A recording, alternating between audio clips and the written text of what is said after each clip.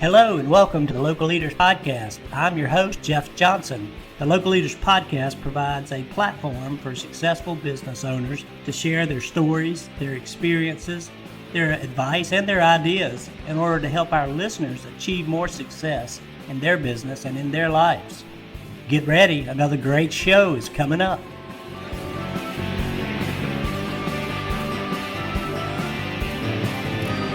Hey, good morning, everyone, and welcome to another episode of the Local Leaders Podcast. I'm your host, Jeff Johnson, and we are super excited and stoked today to have these three handsome young men on the show with us today from the Oceana Grill Group. We've got Rami Badh. Did I get that right, Rami? You got it. Absolutely. We got Derrin, Eugene, and we've got the one and only Matthew Guerry. I might have missed that, Matthew. Did I get it? Oh, you know it. All right, man. I'm getting better with age. But these three gentlemen all are part of the Oceanic Restaurant or Oceanic Grill Group, and we're super excited to have them. There's 4 or 5 concepts actually within the organization. We've got Bobby A. Bears. We've got Oceana Grill, as I mentioned. We've got Mumbos. We've got Old Nola, Cookery, and the Hideout Bar, all in Louisiana. So welcome to the show, guys. Thanks for being here. That's awesome. Thank you for having us. Jeff. I want to introduce myself. My name is Rami Badh. I'm the Vice President of Operation. Matt Guerry is our Marketing Director, and Derrin Eugene is our Area Director. We're really excited to be on the show. Thank you for having us, and we're happy to be here to discuss a lot of things that's going on and how we started and where we're heading.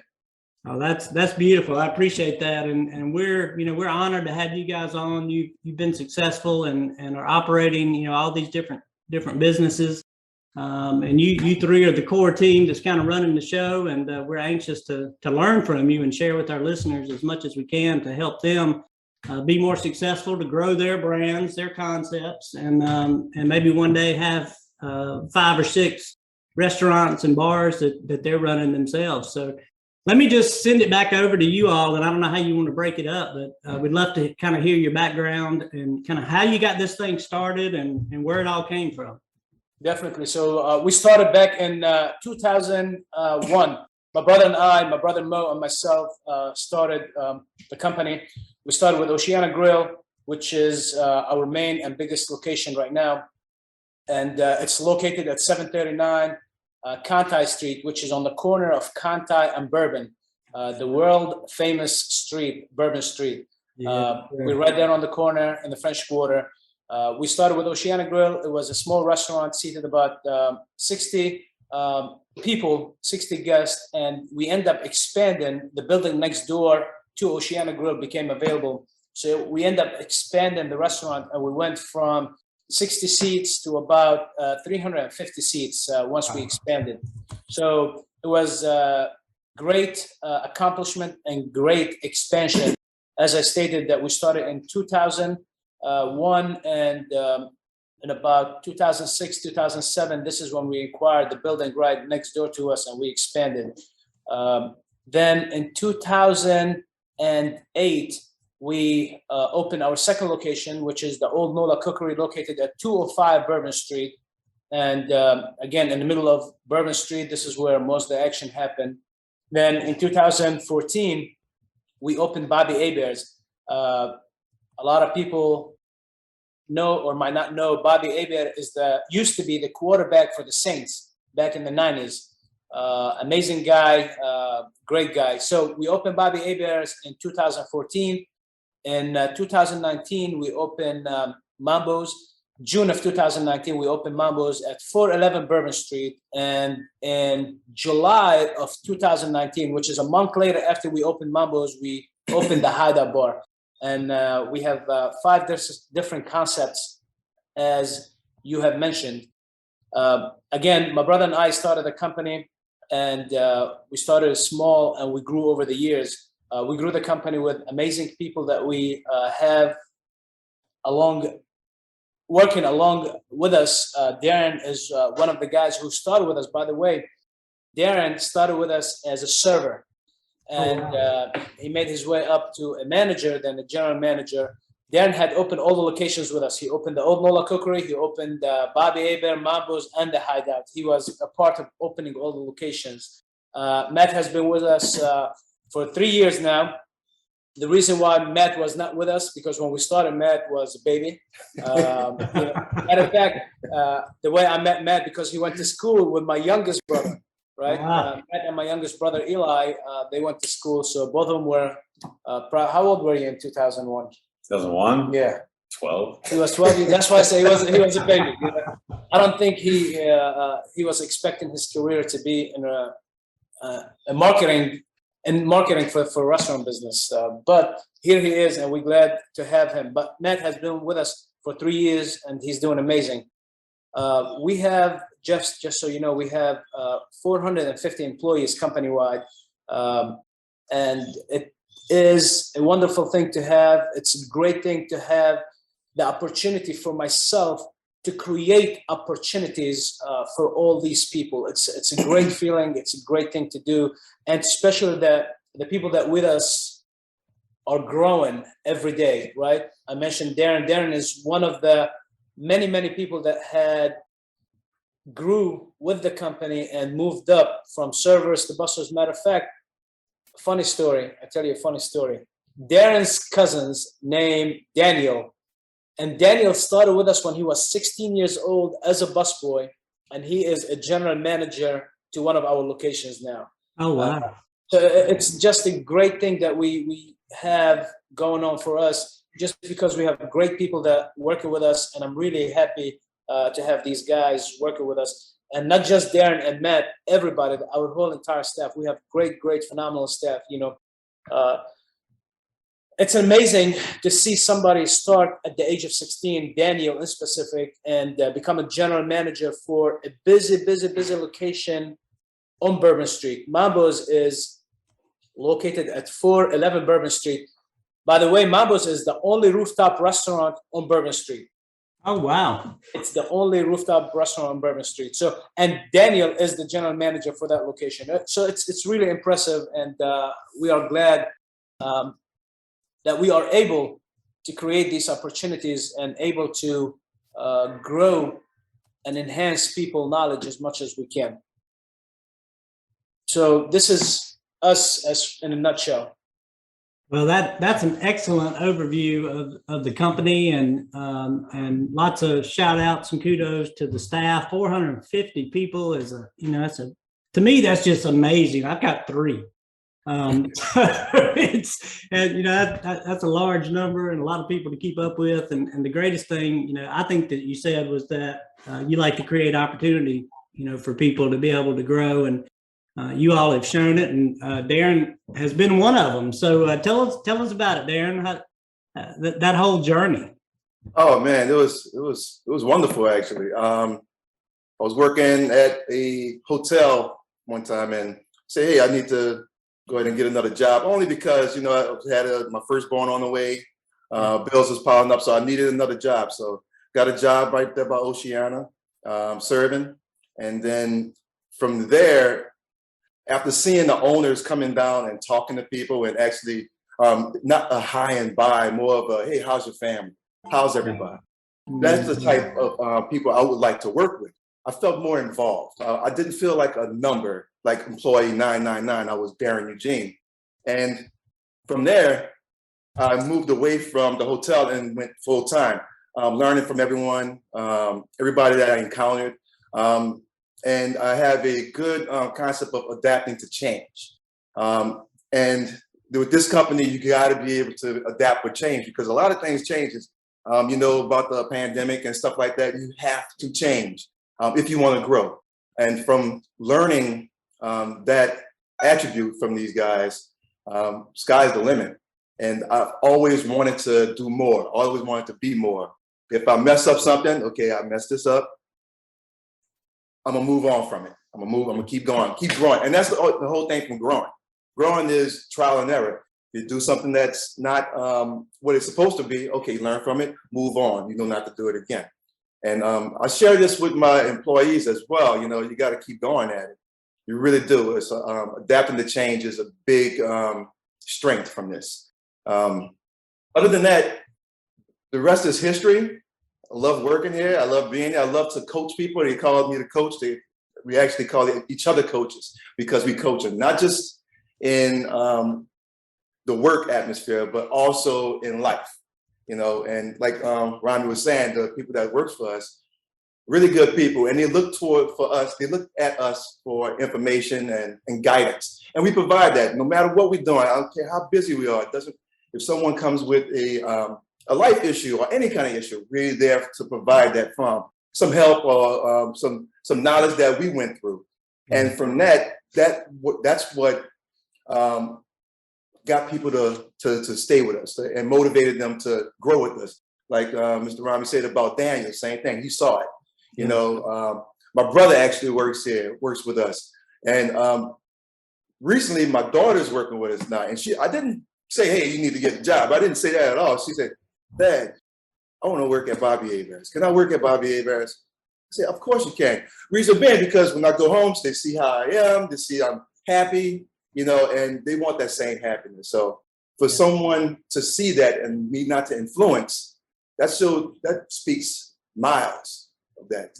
Well, you know? it sounds like the culture you guys have created over all these years is really, you know, very people-centered, people-oriented, and you're a great place to work, and you know, provide opportunity and motivation to your team members, all 450 of them. So, you know, I'm gonna come back to you, Matt, in just a second, but just kind of a follow-up here for Rami or Derrin. You know, has staffing been an issue for you guys, you know, since COVID?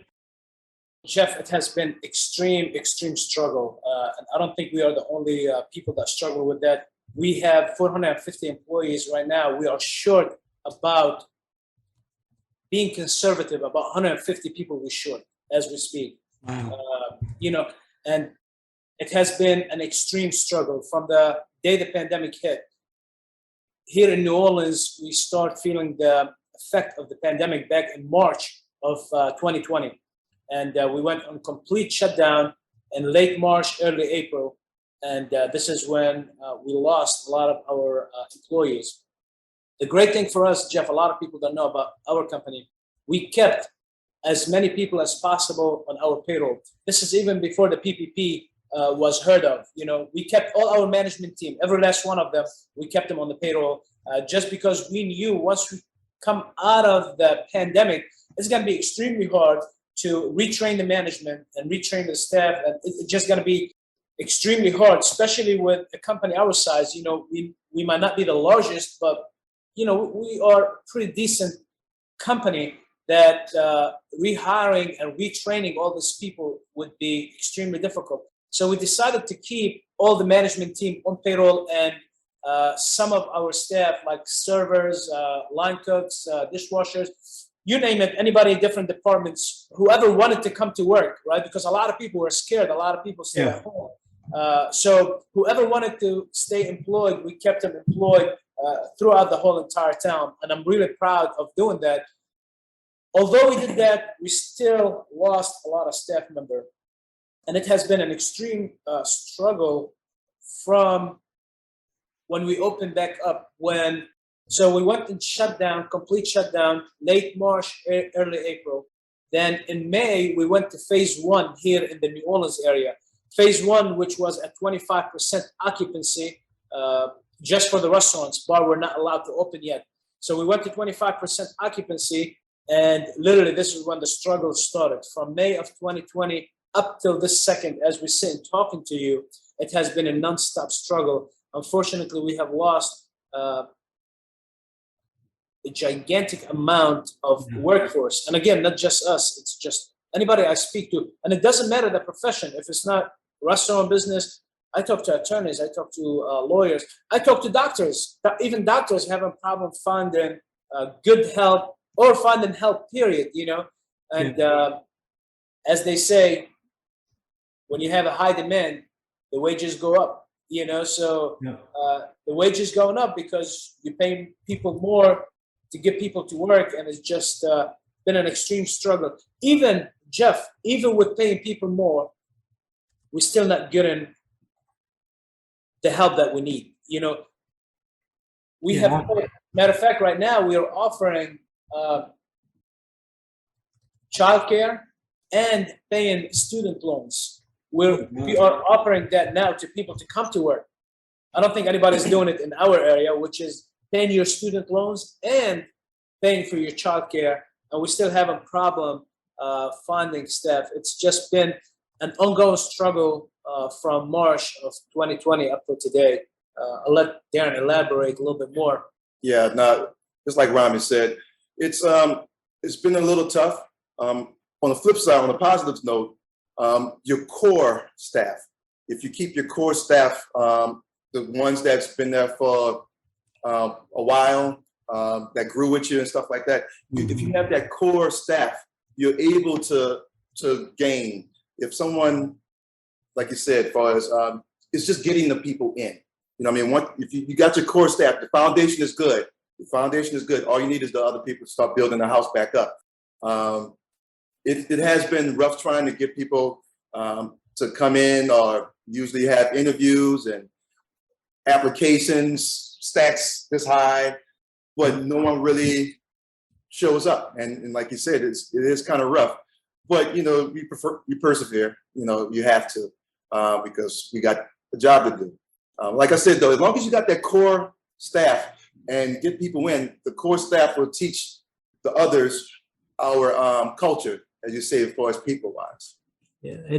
Did you guys make any technology moves to try to offset the labor shortage? So we have done a lot of different things, a lot. Of course, as everybody started doing the QR codes, that was one of the very first things that we've done. We went to the online ordering.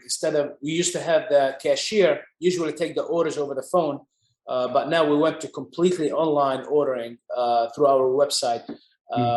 So we have definitely taken a lot of steps to implement technology to help us improve our business. However, being in the restaurant business, Jeff, I don't want to say it's impossible, but it's pretty difficult to replace the one-on-one interaction with the guest, especially here in New Orleans. We're known for our Southern hospitality. We cannot replace a Southern hospitality with a machine. This is just not possible for us. People come from all over the world. They come to New Orleans just to get the Southern hospitality. And the fact that even the thought that a technology would replace a cashier or a host or somebody, it's a big pill to swallow, just because, again, we are very well known for our Southern hospitality here in New Orleans. And we have implemented some of these things. Like I said, a third party delivery, for example. I don't want to mention any names. I don't know if we're allowed to mention any names, but we implement other partners. We're going to call them partners to help us with our delivery services. We replace, like I said, on our website, instead of the cashier taking the order, people go online to place orders. Paying, you pay through QR codes. So definitely we have implemented a lot of different technology into our aspect. Now you cannot, one of our chefs' name is Ellery Love. It's a beautiful name, Ellery Love. You cannot replace love with machine. It's just not possible, Yeah, you're exactly right, and there's only so much technology can do for you, and it's great that looks like you've taken advantage of everything that you could to try to minimize the demand on your key people, your cashiers, for the ordering and so on and so forth. But you're right, you can't put a kiosk out front and eliminate servers and deliver Southern hospitality, right? Absolutely. I see some of the very big, fast chain restaurants here in our area start putting machines for people to take, to replace people to take orders and stuff like that. Yeah. But yes, that might be acceptable in a big, chain restaurant, fast food restaurant, but not in our, we are casual Cajun seafood restaurant, and we have big names, the Oceana Grill, Bobby Heberts, Old Nola Cookery. These are really big names that we have worked extremely hard to build our reputation And the last thing we want to do is replace our reputation with a machine to take your order. This just Yeah. it might happen, in 50 years, after we all gone, but I don't see it happening now. Maybe my kids or my grandkids will say, oh, look, my grandpa didn't know what he was talking about. Nobody thought that we would have cars that would drive us, but now we do have cars that drive us, so you never know what happens with technology. It's all about the connection. You can't have a connection with a machine. No, you're exactly right. You're exactly right. And I want to come back to some of those challenges, but I just wanted to grab Matt a minute and get him involved in the conversation just a little bit. So Matt, you came in about 3 years ago. You're running the marketing side of the business across the different concepts, the different brands. What did you find? What were you guys doing before you came? What did you walk into, and kind of what have you focused on doing since coming in? And this is really critical because so many small independent restaurants, really struggle with marketing. What do we do? What do we need to do? Where do we need to be? Just kind of give me a little history of what you ran into and kind of what you've been up to. Sure. When I first got here, I worked a lot at Bobby's. I still work a lot at Bobby's, primarily, I guess, my office. Do a lot with local hotels, local businesses. Really, our main objective is to turn our everyday customers into unpaid influencers, right? So we do that by whether it's, going around giving out free food, making sure people have discounts, coupons being available and open to them if they ever need, a booking, like for a reservation, etc. And I feel like I'm kind of like the focal point of that, even if it's not exactly my job. People in the Convention and Visitors Bureau will call me if they need a party reservation, or if they need us to sponsor one of their lunches or something on short notice. And we just, we're readily available and willing to do it.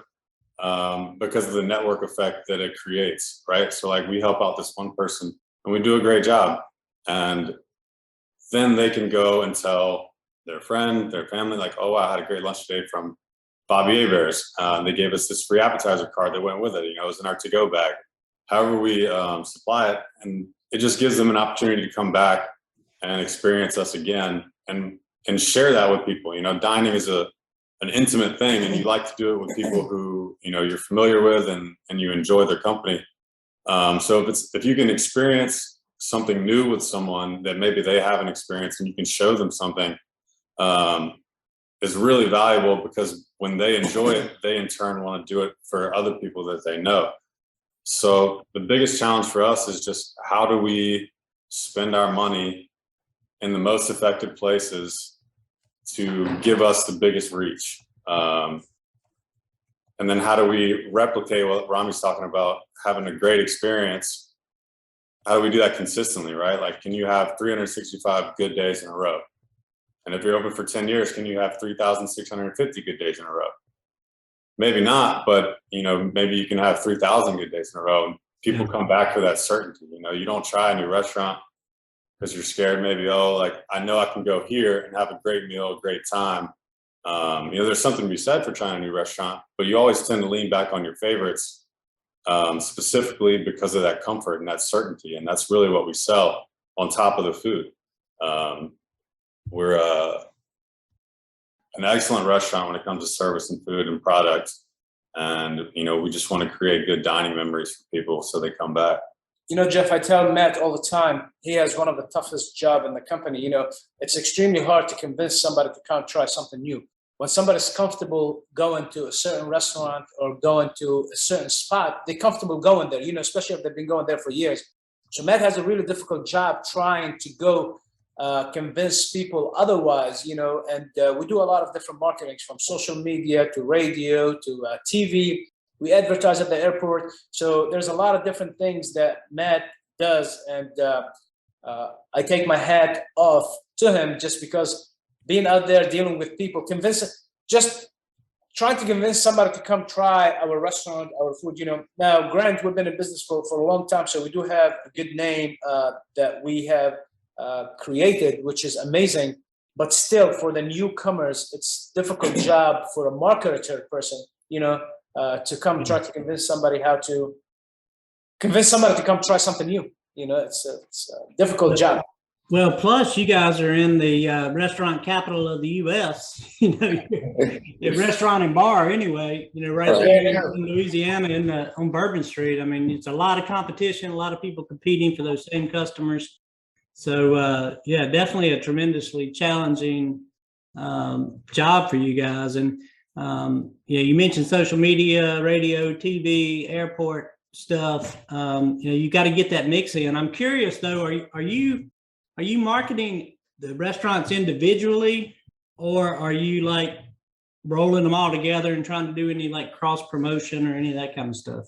No, we're definitely doing them separately because if we do them across if we do one big campaign, it confuses people, and we will not be able to tell as far as where people are coming from, where we need to invest more. Like if we know people are coming from social media, or they're coming from the radio, or coming from TV, just it's better to divide our marketing. That way we know where people are coming from and which advertisement is working best. That way we can do the second location or the other location the same way we do it, just making things easier, because I feel if we do a one big campaign, it's people don't know what we try to market. Right. It's too broad. It's too broad. Right. Yeah, and you can have, you may have some different demographics across your, different brands as well. I don't know if that's the case, but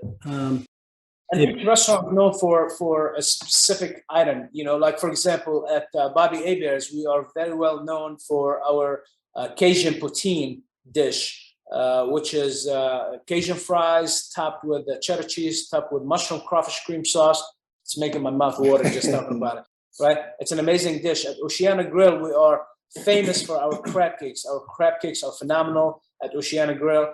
At the old Nola Cookery, we are known for our gator bites. At Mumbos, we are known for our barbecue shrimp. So each restaurant has something that is known for, So it makes it easier for us to advertise that way.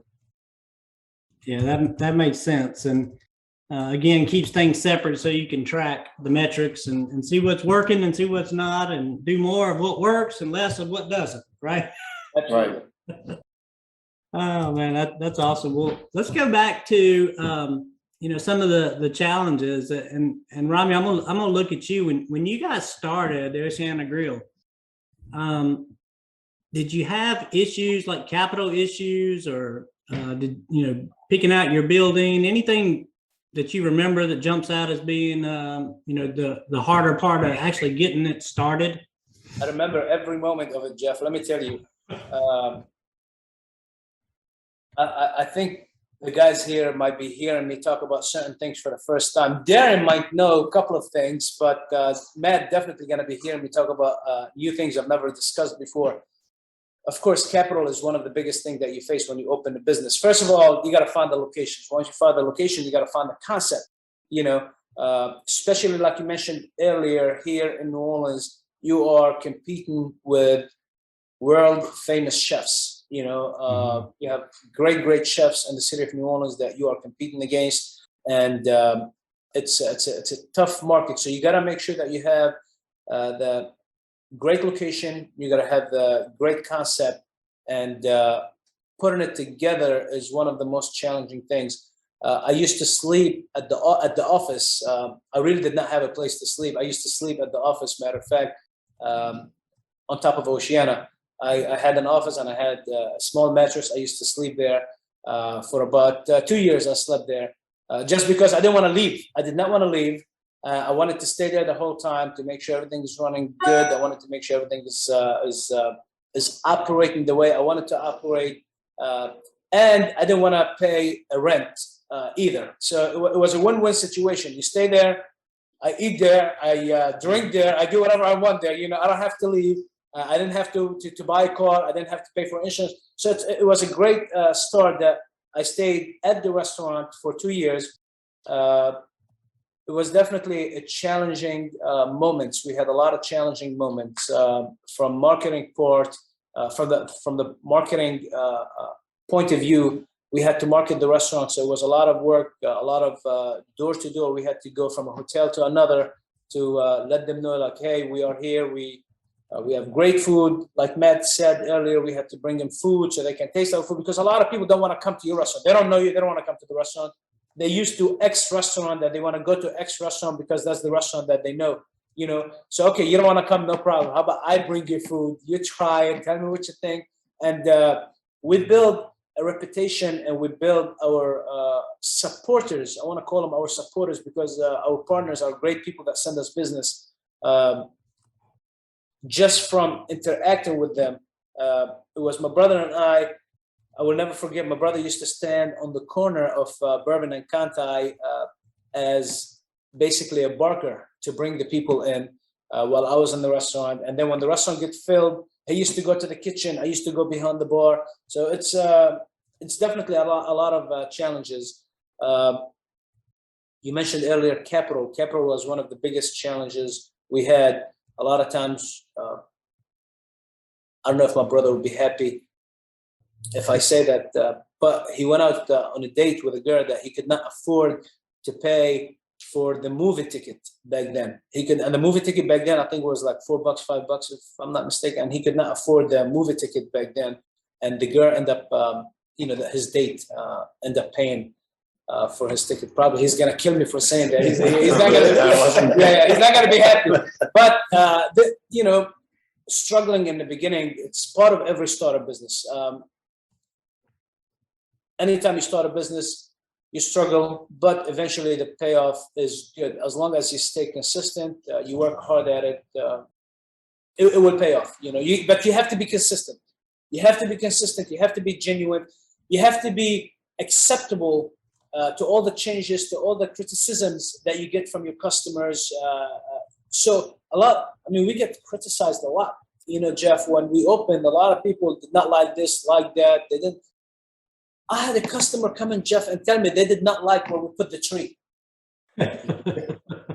So you deal with a lot of different personalities.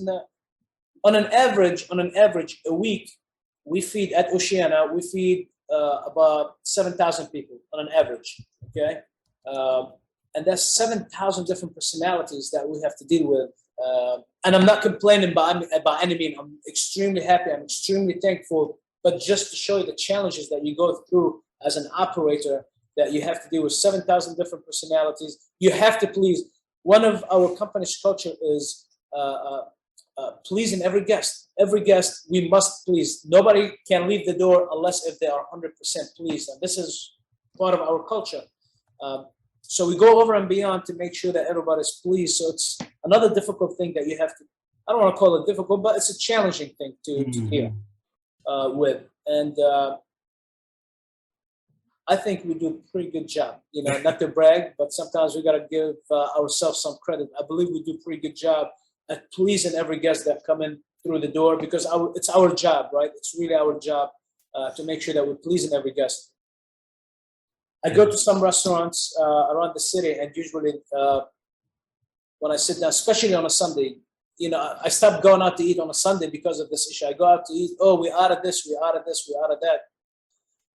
We never out of anything at any of our location. We just do not accept, because I believe if it's on the menu, you have to serve it. Why do you have it on your menu if you cannot serve it, right? And nowadays, it's not making it any better with the food shortages. It has been extremely difficult to make sure that we keep in stuff on the shelf. You name it, and it's not just food, Jeff. It's food, it's liquor, beer. I picked up the phone and called our liquor rep. I'm like, man, how can you be out of liquor? You were making sanitizer during the pandemic. How come you're out of liquor, right? It's easy to make liquor. Yeah. Turned out they were not short on liquor. They were short on glass, which was mind-blowing to me. They short on glass. Then the shipping issues. It's just difficult things that, and again, I know I'm jumping from one subject to another, but from the beginning of our journey all the way till today, there's always challenges all the time. A lot of people say, oh, once you make it to a certain point, the challenges will not exist.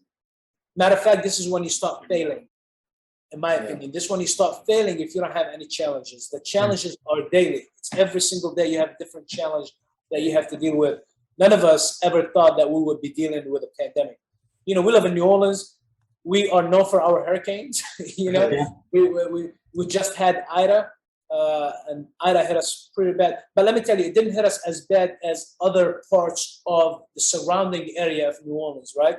In New Orleans area, we did get hit, but if you go to La Place, which is only 30 minutes away from New Orleans, they got devastated. I mean, it was really bad. We still got it, but it's not as bad. But we're used to the challenges every year with the hurricane and things like that. But we never expected a worldwide pandemic. Yeah. That's something that I don't think anybody expected that. And it was one of the biggest challenges at least I've ever had to deal with, and it happened to us, Jeff, in 2020, right after Mardi Gras. Usually our Mardi Gras in New Orleans is usually between February and March. It depends where it falls. But we just had a great Mardi Gras in 2020. Then the pandemic hit in late March, and we went from doing great business to a complete shutdown. Nothing. Overnight, you could not walk on Bourbon Street. Literally, it was shoulder to shoulder to nobody was on Bourbon Street. Derrin and I and Matt, we have so many pictures, just three of us standing on Bourbon Street by ourselves on a Saturday night at 8 p.m. Unheard of. Even during hurricanes, Jeff, Hurricane Katrina was before Hurricane Ida, but Hurricane Katrina was the biggest hurricane hit in 2005. Even during Katrina, we still had people on Bourbon Street, right? Hurricane Ida, although Hurricane Ida hit, we still had people on Bourbon Street, but the pandemic wiped everything completely off. So saying that to answer your question, we are always dealing with different challenges from the day we open, and I think all the way till the day we all retire or pass away. I don't want to say that. Whenever we're gone, we're going to be dealing with different challenges, and it's part of it. It's part of what we signed up for. Yesterday, Derrin was off, and I saw him. I'm like, man, what are you doing? Why are you here? He said, Coach, I have things to do. I'm like, man, stay out. It's your off day. Just don't come in. So it's part of what we do. It's this is what we signed up for. It's a challenge every day. My daughter, a couple months ago, she's like, Daddy, why do you go to work on Sunday? My mom doesn't go to work on Sunday. I said, yeah, baby, but your mom is not in the restaurant business. I'm in the restaurant business. I have to be at work every single day. 7-day-a-week job. Exactly. So it's different challenges, Jeff. Again, and being here in the New Orleans area, we get challenges yearly by the hurricanes, by different things that hit the city. And these challenges, we know where we live. So we are used to them. We work with the challenges, right? We know when the hurricane season hit. Last year, Matt called me. He's like, look, we have a few hurricanes on the Gulf. I'm going to go ahead and rent a generator. I said, okay, perfect. We rented the same thing with Ida. He called me. He's like, look, we have this big hurricane in the Gulf. We're going to go ahead and rent the generators. I said, absolutely. So when you are used to certain things, you can plan for them. But when you get hit by a pandemic that will shut you down, and nothing is coming into the country because the ships are in the water and things are held back, it makes it extremely difficult, and it teaches you a lot. It really teaches you a lot. Again, I'm not sure if we're allowed to mention some names, but I mentioned the vodka, right? I'm not going to say the names of the vodka, but there's a vodka that we usually use. It comes from overseas, but we have great vodka that is made here in Texas. I guess everybody know what it is, but it's an amazing vodka. So we end up taking the vodka that we shipped from overseas. We took it off the menu and we replaced it with a vodka that we can get from Texas. So certain things like that taught us how to change things and make things a little bit better. That way we can run the operation a little bit easier. Yeah, well, it's all about adaptability these days, and Right. And being able to shake and jive, as I like to call it, from my old days. nothing is easy. It's not easy to get food. It's you hate paying the prices. Most restaurant or operators are having to pass some of those costs along to their guests. I think we as guests of restaurants are accepting of that. We know it's going to cost more today than it did before, and you guys still got to find a way to eke out some profit, to keep these operations rolling. I just looked down at my clock and my time's getting away from me. So let me ask you this kind of one question. Why did you go with, let's say, 5 different concepts as opposed to maybe taking Oceana Grill and blowing it out into other locations? It's a great question, Jeff, and I get asked that all the time. Matter of fact, I get approached by many, many people to franchise Oceana Grill and Bobby Herberts. These 2 locations. The reason why Oceana Grill, a lot of people want to franchise it because it's in the middle of Bourbon Street and people see it and they fall in love with it. And the reason why people want to do franchise Bobby Herberts because Bobby Herberts is a sports restaurant, so people see the franchise part. So to answer your question, Jeff, we can expand, right? And we can go across the country. But the way I look at it right now, I would like to maximize as much as possible from the locations that we have. That way we can grow the people that we have working with us, right? If I franchise and go across to California, to Texas, to Florida, if we go anywhere, Derrin Eugene is not going to be able to grow with the company, right? Because I personally don't have that personal touch. I don't know Derrin, right? Matt Guerry is not going to be able. I'm not going to meet Matt Guerry because I'm busy in Florida or in Texas or wherever we go to because I'm opening other locations. I'm not going to be able to meet my brother's friend and be able to take him with our company. So to answer the question, Jeff, we like to grow the people that we have. We like to, nothing wrong with hiring, obviously, from different cities or whatever the case might be, but growing the people that you have is extremely important. I want Matt, I want Derrin, I want Daniel, I want Ramsey, I want Chef Ellery, I want all these people to retire with our company. Like this is the goal. And I will not be able to accomplish that if I personally, because to open across the country or different cities, I personally have to be there, right? Maybe not for long, but I have to be there for the opening to find the location, to make sure that everything is operating correctly.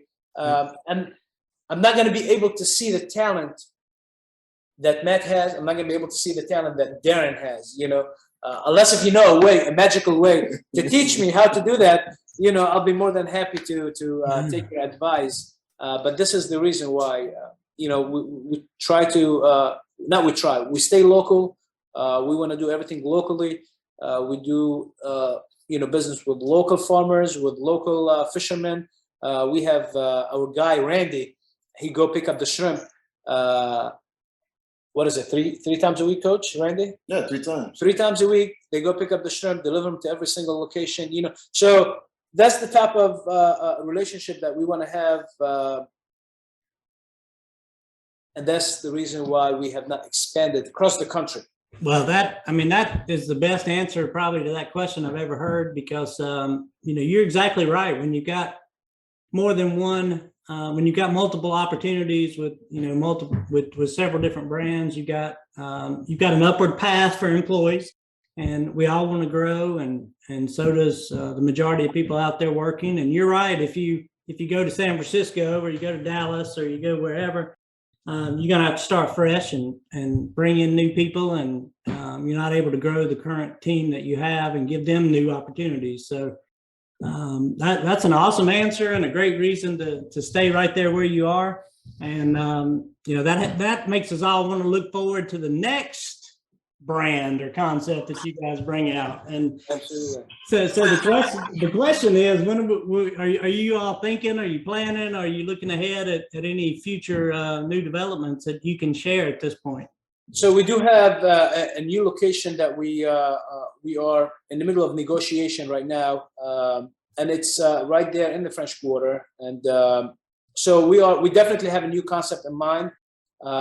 It's nothing confirmed yet, but we're definitely working on a new concept. And we excited. Hopefully it will come through. We should be able to know within the next month or so. So we're really excited on the new location that we're working on, and looking forward to it. That's awesome.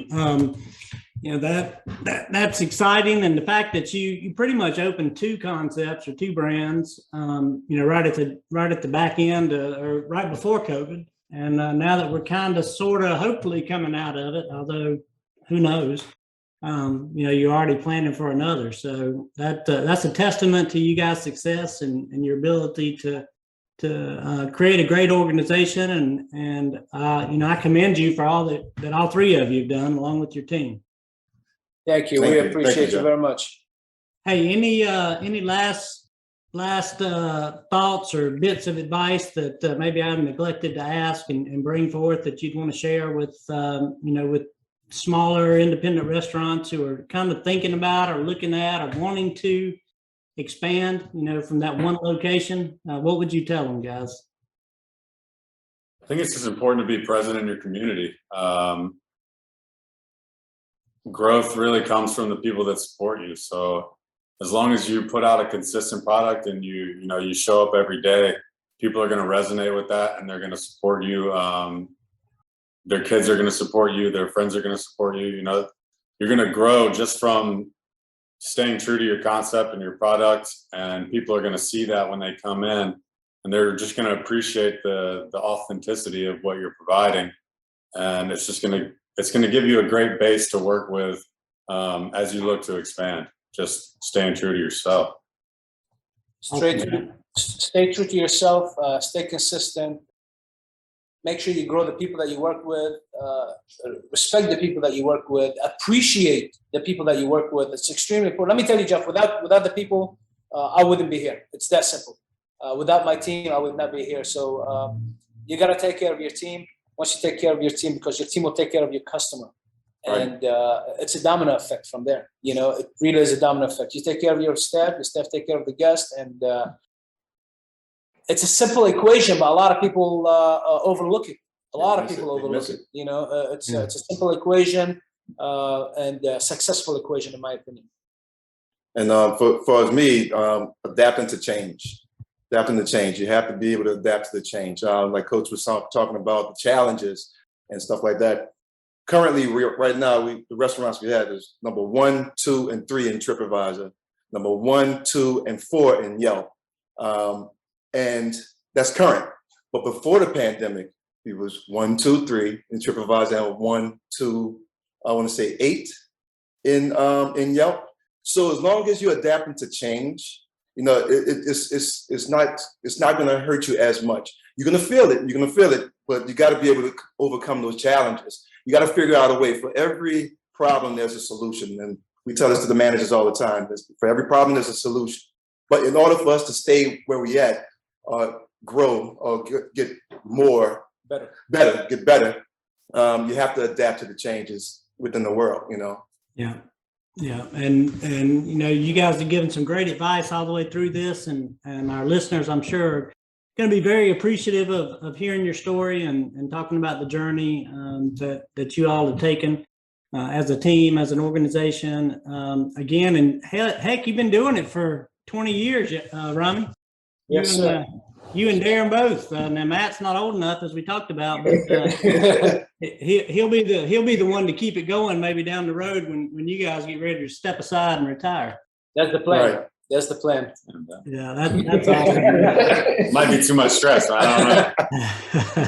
Well, it's a big task to be able to keep this size of an organization rocking and rolling, and it sounds like you're heading for growth, and there's more opportunities on the horizon. So who knows where you'll be 5-10 years from now. But today, just to remind all of our listeners, we got Bobby Hebert, we got Oceana Grill, we've got Mumbos, we got the old Nola Cookery, and we've got the Hideout Bar. These gentlemen here are running those 5 locations. We've hopefully got a new brand concept coming in the future. And if you're in the French Quarter area, please go by and visit one of their restaurants, and be sure to leave a Google review as well, and make sure it's a 5-star rating all the way across. And if your listeners mention the Local Leader podcast, they will receive a complimentary appetizer on us. Oh man, that's awesome. I've never had one of those. I There you like go. that. Thank you very much. Most definitely. Yeah, that gives me some incentive, right, to push that thing out there and get people in. Because we'd love to have some people who are here in our show that are in the area or traveling to New Orleans. And I never know how to say whether I say New Orleans or whether I say Nolans. Derrin would say it the best. Derrin would say it the best. New Orleans. New Orleans. All right, I'm working on it. So if you're in the area, please go see these guys. Tell them that Local Leaders Podcast sent you, and hopefully we'll get a little extra business rolling your way. But thank you all, Rami, Derrin, Matt. Thank you so much for being with us today and for sharing your story. And I appreciate you bearing with me as I went over my time a little bit. But thank you so much. Thank you for Joe. having us. Appreciate it. We appreciate you very much, and great luck on your podcast. Thank you very much. And for all our listeners, thanks for joining us for another episode of the Local Leaders Podcast. I'm Jeff Johnson, your host, and I look forward to seeing you on our next show.